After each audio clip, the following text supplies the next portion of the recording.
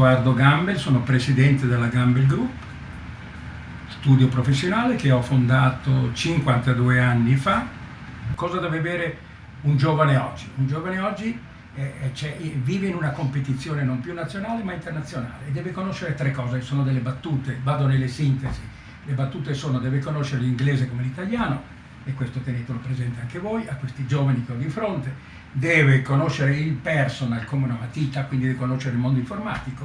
E terzo, non tutti ce l'hanno, ma la maggior parte sì, della patente come le gambe. Se non ci sono questi tre elementi, io che vivo l'università, il mondo aziendale, sono al vertice di aziende, vivo esperienze di master e di università, il giovane in questo momento è tagliato fuori.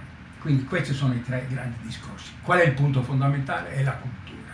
E cosa vuol dire? Vuol dire impegnarsi, vuol dire sperimentare. Qual è la grande difficoltà per i giovani? È la sperimentazione, che molte volte non è direi, facile da ottenere.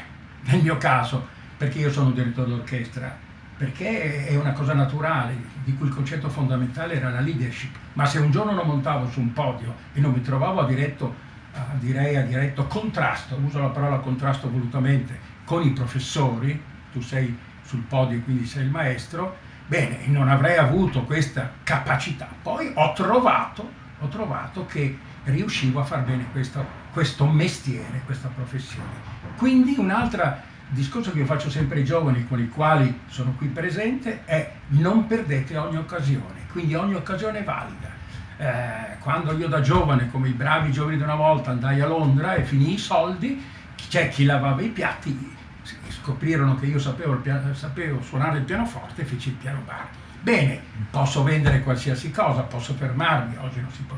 Cosa vuol dire? Vuol dire che lo studio, la sperimentazione è continua e i giovani devono cercare di catturare, di rubare ai meno giovani quello che in questo momento non sanno. Attenzione, voi siete fatti fuori, perché quelli che stanno arrivando dopo di voi, i millennials, sono totalmente diversi da voi. Voi siete molto più vicini a me che un quindicenne con uno di voi, perché voi per esempio non sapete mandare i messaggini con uno smartphone in tasca senza farlo vedere.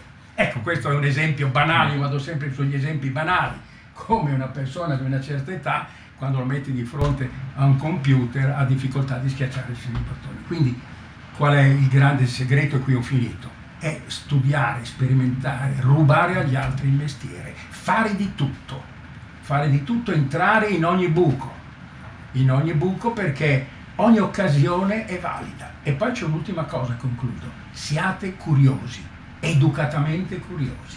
E oggi dimostro che sono qui perché sono educatamente curioso di sapere le novità che mi circondano.